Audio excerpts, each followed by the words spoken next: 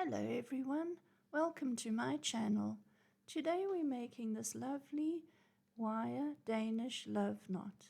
It's fascinated me for a long time, and here we're going to start with a giant piece of wire to show you in huge detail how to make it, because it is quite fiddly. To make this spring, I wrap the wire 12 times around a mandrel. I then cut it into 3 pieces, each one with 4 circles on each one. So you can see each one has 4 rings within it.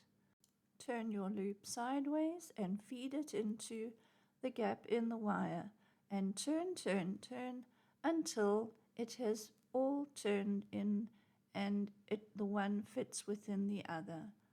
And now you're going to do the same thing with the third set. So turn and turn. You can see how I'm feeding it on sideways so that the whole thing goes down the wire, and we turn and turn until you get to the end and you have 3 loops together like a chain. The next part of this puzzle is to hold the middle loop in your fingers, and then you're going to join loops 1 and 3 in the middle of the middle loop. So you're winding them together within the middle loop. So it's a bit fiddly even with a big one, but just slide it in sideways and then turn and turn until that one has also gone the whole way around.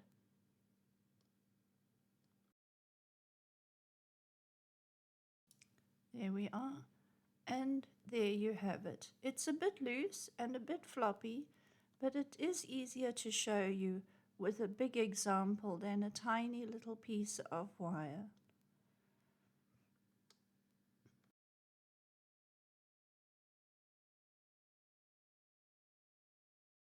Now we are going to make the smaller version in copper.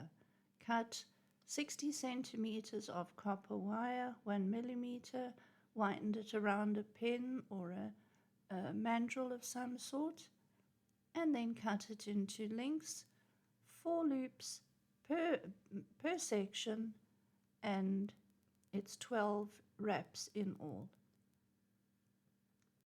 As before, join the 2 links together and then wind in your third one, and you're making a little chain. It's actually quite pretty even at this stage. You can bend those little ends in a little bit, just so that they don't stand out quite so much. Now you're going to hold the middle link and take the one on each end, the first and the third, and wind them together in the center of the middle link. Have to keep your eye on the wires here. Just get it all lined up and turn until you have finished that join. This is really fiddly, I know, but at least I showed you on the big version, and then this isn't quite so awful to watch. There we are, it's coming together nicely.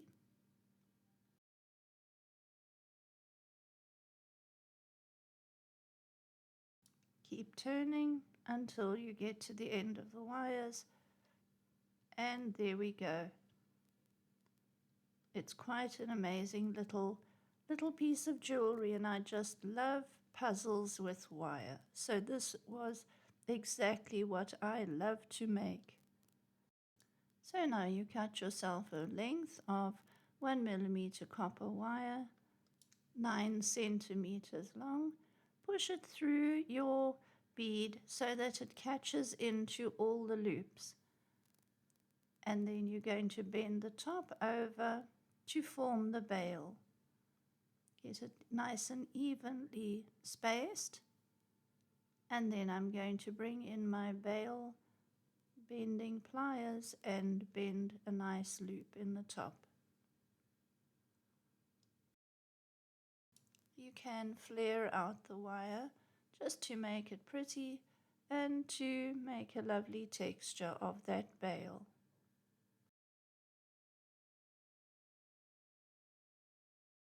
Bend it over in a pretty loop, and then you can tighten it up with pliers.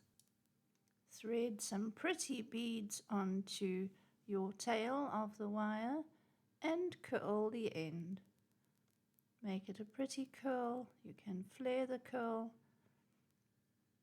and then bend it upwards and make sure that everything is straight. There are a lot of beads you could have put on here to have a different effect, or make a pair of earrings with the same technique. I think it's lovely. Beautiful little pendant necklace. Thank you so much for watching, and take great care of yourselves. You're very special. Bye-bye.